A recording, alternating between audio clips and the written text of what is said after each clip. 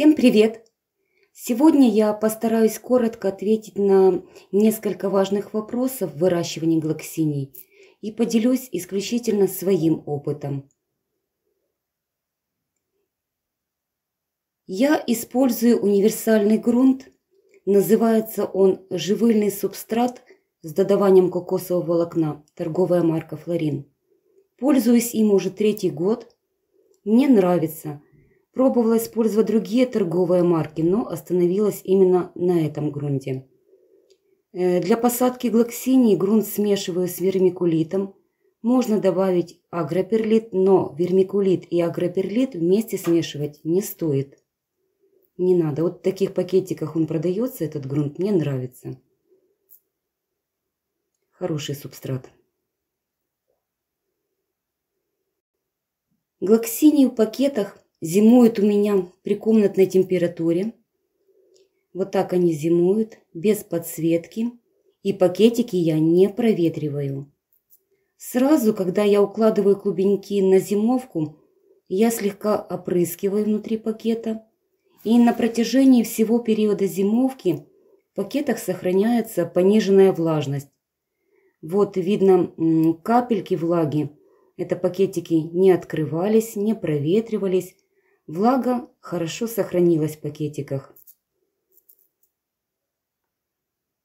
Вообще глоксинии до года на зимовку не отправляют. В этом году у меня спят все клубеньки. И вот такие крупные клубенечки. Вот такой хорошенький клубень.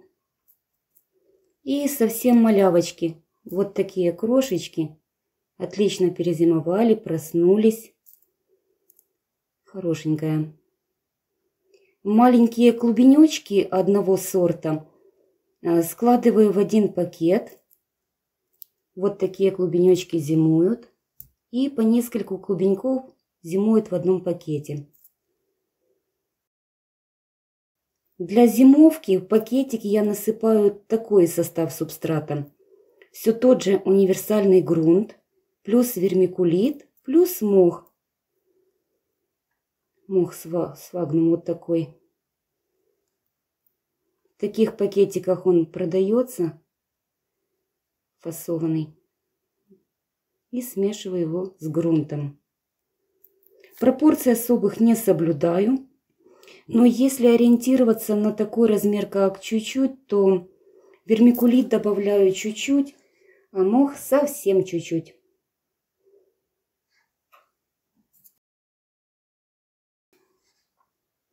Для посадки глоксиний я использую контейнеры 350 мл. Если клубеньки совсем маленькие, то лучше их посадить в пластиковые стаканчики одноразовые. Ориентируйтесь исключительно на размер клубней. Если клубеньки большие, то, соответственно, используем контейнер побольше. Но максимальный размер горшка не должен быть больше, чем 500 мл. В большие горшки садить глоксинию не стоит, не надо. В качестве фитиля можно использовать любую веревку в диаметре 5-6 мм. В том числе и бельевую. Главное, чтобы она была синтетической. Режу на такие отрезочки ее и используем. Такая хорошая веревочка.